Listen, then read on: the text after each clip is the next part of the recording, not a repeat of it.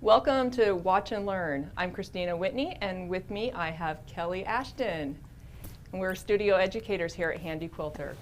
Today we're going to talk to you about prepping your quilt for long arming.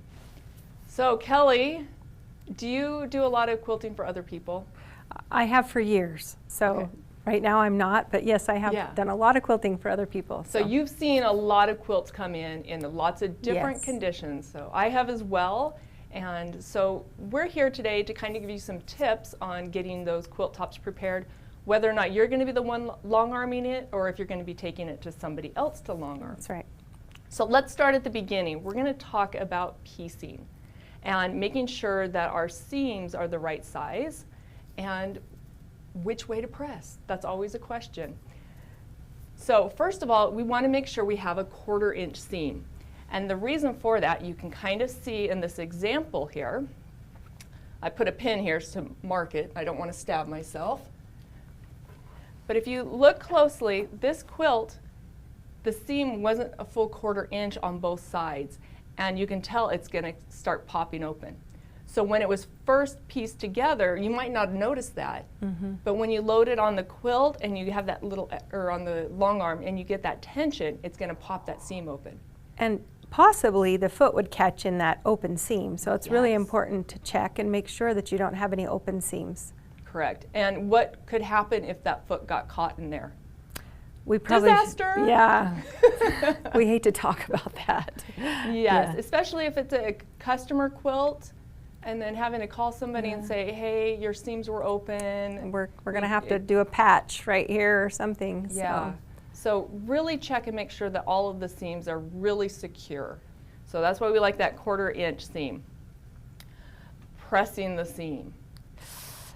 There's the whole controversy of open or closed. Which do you do, Kelly? So I don't have a preference as a piecer. Like there's some patterns I just press open. But as a long arm quilter, if someone asked me to stitch in the ditch, I would only stitch in a ditch on a seam that's pressed to one side. I don't have a ditch really if the seams have been pressed open. So when I'm piecing my own quilts, I think about how I'm going to want to quilt it. And if I want to stitch in the ditch to make this star pop out, then I'm definitely going to press to the side. So that's my choice.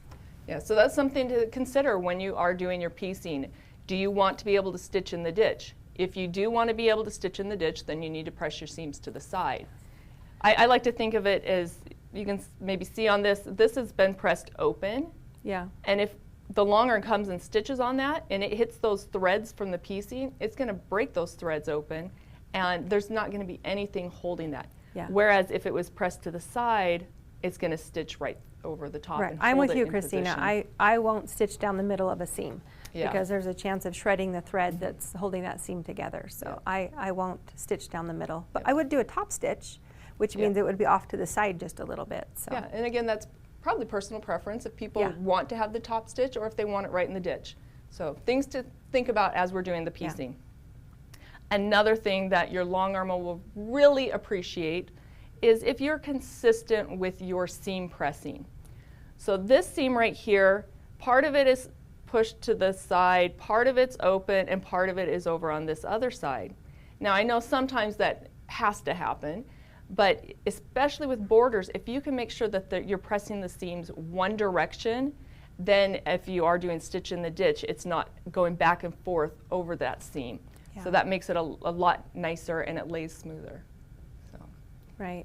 Any other comments on those seams and pressing them? It's just hugely impactful in the quilting process if your seams are pressed well. So. Yes. There's also the whole controversy of steam versus starch versus ironing. You know, I don't have a personal preference on that one. I usually just iron mine. But do you do anything special with yours, Kelly? I use starch on some, and I use lots of steam on everything. I like that hot iron. So. Yeah, I like using just a misting spray. Sometimes I'll use Best Press if I really need it to stay where I want it to be. We are giving you our opinions of what works well for us. So there is always more than one right answer. So correct. But find out what works best for you and for you as a long armer or for who you're taking it to be long armed. So and there's always exceptions to the rule. So that's right. Okay, another thing with pressing is, do you press to the dark or to the light?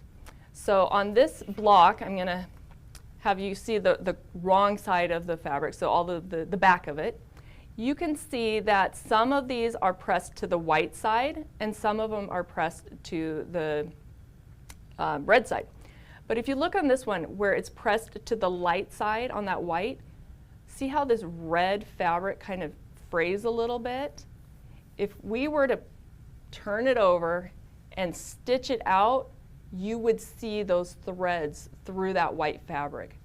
So it's really important that if you do have to press it that direction, that you go back and you snip all of those little threads and make sure that that red is not showing through onto the white fabric. I noticed, Kristina, that they even use a pinking shear on that, which generally helps to not have as much fray on the edge. Mm-hmm. But even with that, you still have to check and make sure that you don't have those dark threads that'll be showing through on the other side with your white fabric. So. Yeah. And it's not always just the threads. Sometimes if your seam isn't exactly even, if the red side is a little bit higher and you fold it over, Yeah. a tip of that red fabric will actually show It can through. show, yes. So sometimes you'll even have to go back and trim that if you don't want it to show through on the white. Right. So more things to think about as you're preparing your quilt. Okay, let's pretend like we have finished our quilt top and it is ready to go. This quilt has a stay stitch on it. So it was just stitched all the way around the edge. And some people say, well, I already stitched my quilt. Why would I do something like that? So let me show you that real quick. Hold on, show us how close to the edge that stay stitch is. Where do you want that stay stitch to lie? So within like less than 1/4 of an inch from the edge. Right, you want that stay stitch to end up in your binding. So Yeah. you don't want that stay stitch to be, like a 1/2 inch. Mhm. Then that's something you would have to pick out. So make Yeah. that stay stitch within Little that 1/4 of an high. inch. So an 1/8 of an inch is a good number to go with. Mm-hmm. So if we look at this quilt here, this is the edge of the quilt and it has not been stay stitched. And watch what happens. Can you see that stretch? If I pulled really hard, if I had lots of tension when I was on the long arm, I could even be popping those seams open. And we don't want that to happen. No, and I've noticed if I use a really small stitch when I'm stitching, it doesn't as easily come apart. But if I use a little longer stitch in my piecing, which sometimes it's not a long one, but it'll just, those ends will just pop right open as I'm putting it on the long arm. So Yeah. really a good idea to add that stay stitch. So. And some people will say, well, I backstitched when I was piecing. Well, a lot of times if you trim those blocks, after you've done the backstitching, you actually cut off the backstitching. So that's not going to hold it Yeah. in place. So Yeah. stay stitching is a great idea. I've had lots of customers that bring their edges serged to me. Serge works fine for me too. Yeah, I'm okay and with it that. makes it so much easier to load and to keep the quilt straight and not to pop any of those seams. So that Yeah. will actually save your quilter or yourself time in the long run, which, time is money. So Yeah. who doesn't want to save some of that?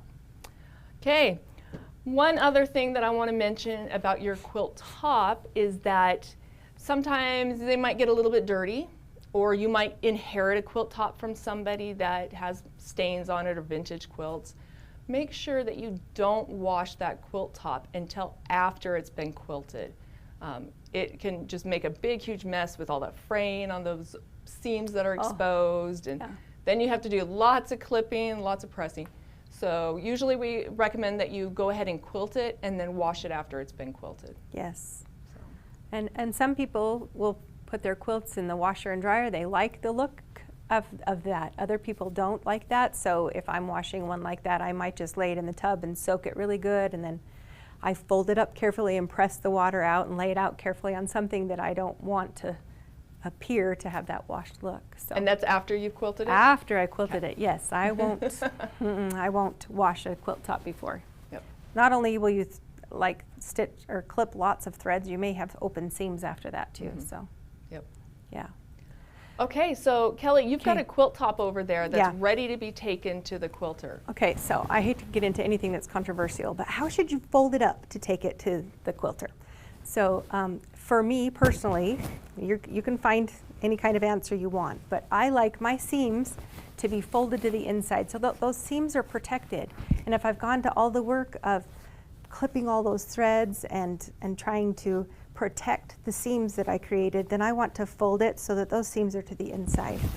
And I'm going to fold it after I've gone to the work of preparing all that top, pressing it, having it all ready. I'm going to fold it carefully, and sometimes I fold it, I like to put it on a hanger. So I fold it the width of the hanger, and then I can just fold it over a hanger like that and take it ready to be to the long arm. Also, long armers don't like the top and the back folded together. So separate those, fold them up separately when you take them to the long arm quilter. So I've actually had a customer bring me a quilt top that was rolled up on a swim noodle. Oh. Because she didn't want any creases in it. I like that. So that's another idea. So if you've done a lot of pressing before you take it to your, if it gets a couple of creases in it, I can mist those on the long arm and get all those little creases out. So as long as it's had a good pressing job before it comes to me, I can get any of the little wrinkles out. So yep. Without a lot of extra effort. So okay, so let's talk about the quilt back. So how do you prepare your quilt back? Your quilt back has got to be at least 4 inches bigger all the way around. So that means if my quilt is 60 inches wide and 70 inches long, I want to have it at least 68 by 78. And a lot of people don't understand why we need that extra fabric. For one, I'll give you a couple of reasons. If I have a solid piece of fabric for my back and I have a piece top that I'm using on the top, it'll often, those seams will kind of actually stretch a little bit as I'm loading it on the frame. So it's always just a little bit different because of that. And then also, just as you roll it up on those bars, it's interesting how it comes off and you lose a little bit of your backing that way. But we also, most importantly, we need that extra fabric to be able to pin to our leaders and to stretch it out on the sides. So make sure that your quilt back is large enough. For years, I took quilts that were maybe an inch bigger or something and tried to make it work, and it's so frustrating for both of us in the end. So just do yourself a favor and make sure you have plenty of backing fabric. So this is a big, wide piece of fabric, okay? So before you take this to your long arm, I'm going to stretch it out. You want to make sure that it's square and it's on grain. And I get a lot of questions about what is it, how do you know if it's on grain? This is a 108 fabric, and so it was actually torn. Also a debatable subject whether you should tear it or not. I don't love the leafy lettucey edge after it's torn, but I do know that tearing it can also make it really square. So make sure that if you're buying a wide back like this, that you buy it even probably a little bigger than your 8 inches so that you've got room to square it up. So here's my quilt back, and I have it laid across my bars. And it's a little confusing, but the ends right here and right over here, these are the parts that I'm going to load onto the frame. But for right now, I want to see if it's on grain and if it's square. So I'm going to lay it across, and I've got the fold down at the bottom. And I'm going to put my sides together, and I'm going to lay it across the bar like this. And hopefully you can see on the camera that it's not on grain. That grain is twisted. The fabric is twisted just a little bit. So I need to adjust my backing so that it's on grain. So I'm going to just come and straighten it out. So Kelly, while you're straightening it out, I just want to clarify. So the part that is horizontal to your pole is what will be on the sides. These will be on the sides, okay? Okay. So the parts I'm pinning are the ones on the sides right now. Okay. Okay, so I had to straighten this out a little bit. So right now, my sides are not even. So can you see that? That's like almost 3 inches that it's off. So I've got to cut those sides so that when I load it, it loads square. So I'll just take the bottom where I have the fold, and I'll fold it up onto the frame and make sure that it's still on grain and square. And then I can take these 2 ends, I'm not doing it very carefully, right? But I can take these 2 ends right to my cutting table and straighten this cut, and I'll straighten the other side, this one. And then when I load it like this, then I know that the the top that I'm loading on my leader and the bottom that I'm loading on my leader are square. So why is it important to have a square back? Well, you kind of want to have your top to look square when it's done, and if your backing is all squampus, then when you get done quilting, it's going to be kind of crazy. Yeah. So if you care about having a square quilt, when you take it off of the frame, a couple of simple steps, like just checking to make sure that it's square and on grain with your back, will help you to take a square quilt off of your long arm. So can I interject something there? Please, real quick? yeah. So sometimes we go through all this effort of making a square backing, but we don't check to make sure that our leaders are square. Oh. And over time, sometimes your leaders will get stretched and they'll no longer be square. So this is for you as a long armer. yep. So if that's the case, you can always get new leaders, and they just Velcro on and off. You can get multiple sets so that you can have one quilt being pinned on or basted on while you've got another one going.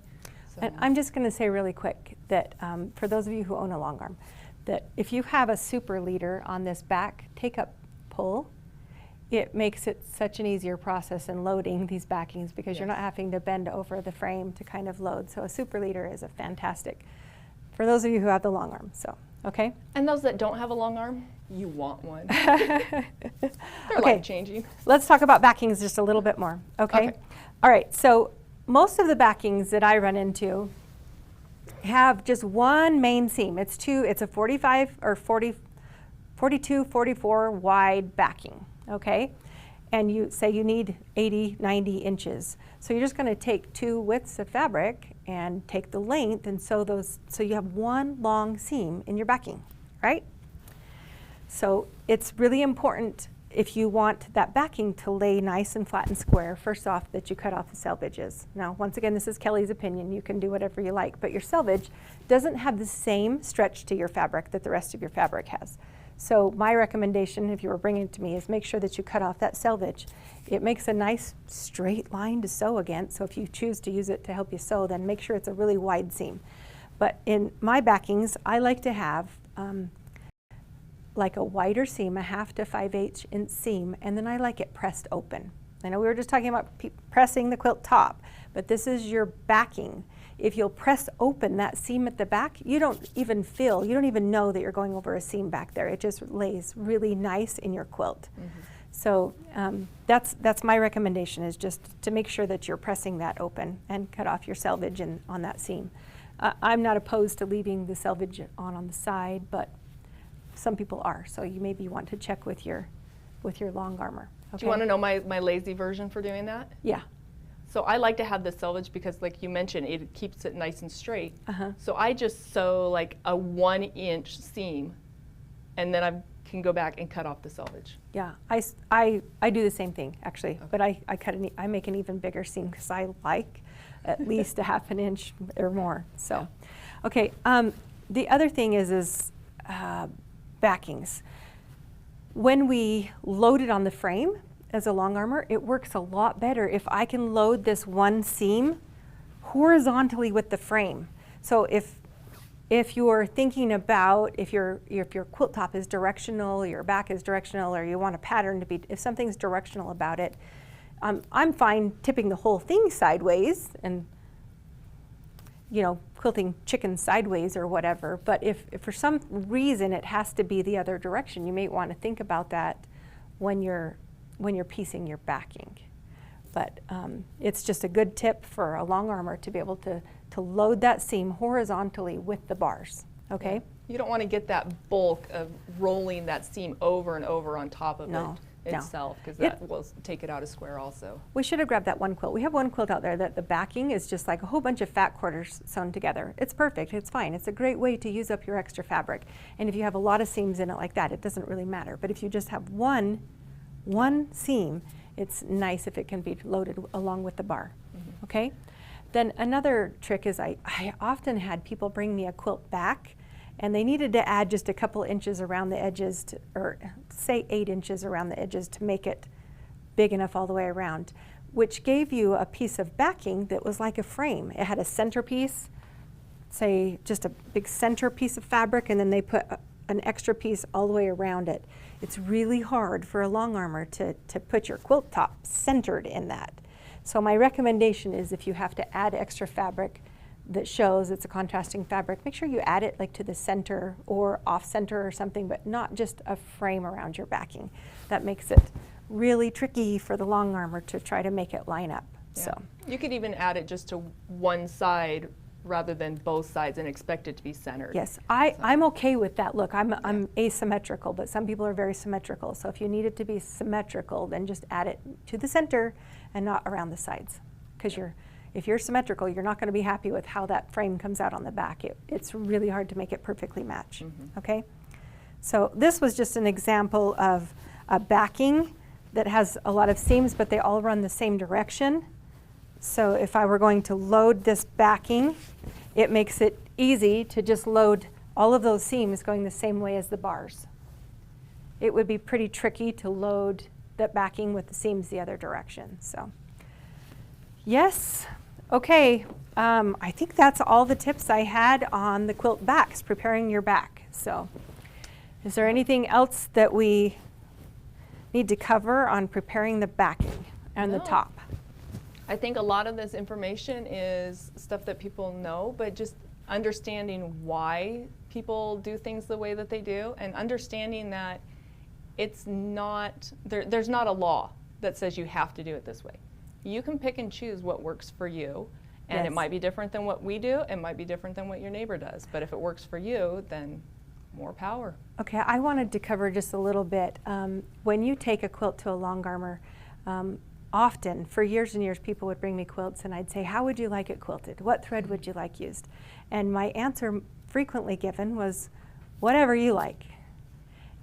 So we all have kind of a vision, a picture in our mind of what we want that quilt to look like when we're finished piecing it.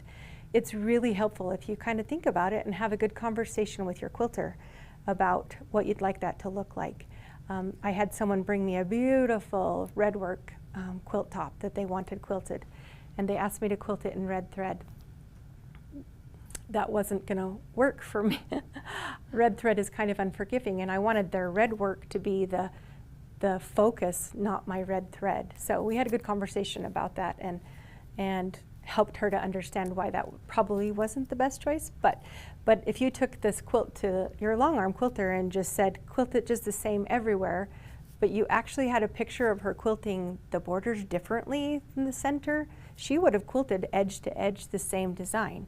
So it's really important that you kind of, if you have a picture of what your quilt, what you want it to look like when it comes off that frame, it's important to have a good conversation with your quilter about what you think, what would you like it to look like when you're done. So communication. I love it when someone turns it over to me and says, do whatever you like, but if I had strong opinions about what I wanted it to look like, make sure that you share that with your long arm quilter. So, very and true. batting is a really, we've talked about batting before, but batting is a really important factor in the quilting process as well. So make sure you talk to your long arm quilter about if she has batting she prefers that works well with her machine, or if she's open to any kind of batting.